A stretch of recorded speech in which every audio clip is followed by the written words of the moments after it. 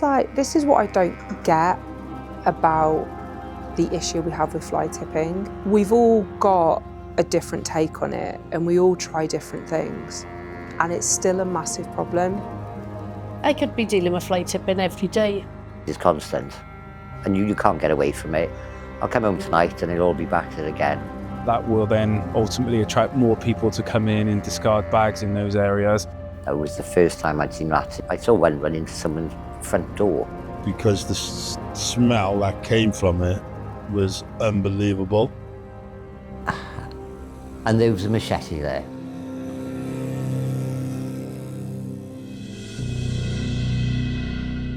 The rubbish was high enough to cover the bedroom window and the kitchen window, and all the rubbish ran all the way along the side of the house and the back of the house to the point you could see it over the garden wall. So when these people moved out, they found beds, furniture, fire doors, there was a machete there, electrical goods, phones, food waste, and that had been building up over 5 years. Well, I couldn't open my windows in the summer because as soon as I opened it, the stench was overwhelming and I just got a swarm of flies in the property. Daily thing, really. It's a massive rat problem. I've had one of my tenants call me and I went out to see her and she showed me that she had a video of her bin and she had 13 live rats in her bin, in her wheelie bin. I've also been out this week and they've actually got into a tenant under the bonnet of a car. That a rat could chew through anything, that could damage a car. It is very scary.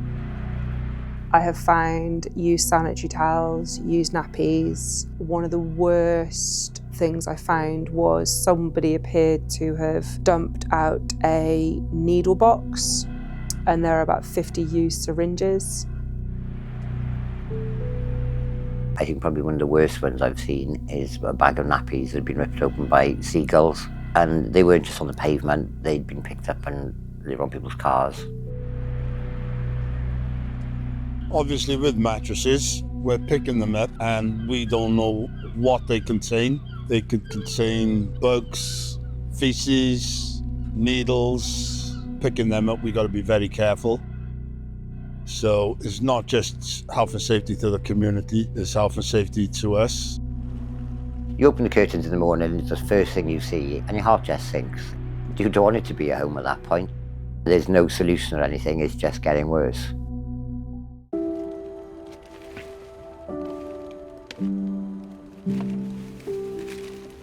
Hello everyone, my name's Daniel Evans. Everyone refers to me as Dan. I'm the Commercial Estates Coordinator for CCHA, dealing with fly tipping. A lot of this stuff that's here, look, you can clearly see is instantly recyclable. You've got things like cards, paper, the books could be donated to charity. So it's so frustrating because it's just not necessary. So for CCHA alone, as a housing association, for the year 2023 to 2024 was approximately £160,000 for fly tip waste removal. It affects me because I see things like this out on site.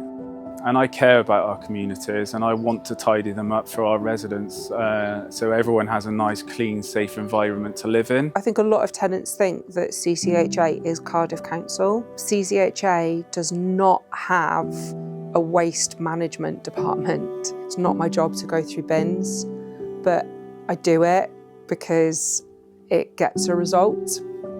And it's going to take, talking to tenants and tenants talking to us, reporting people who are fly tipping, because we can do something about it then.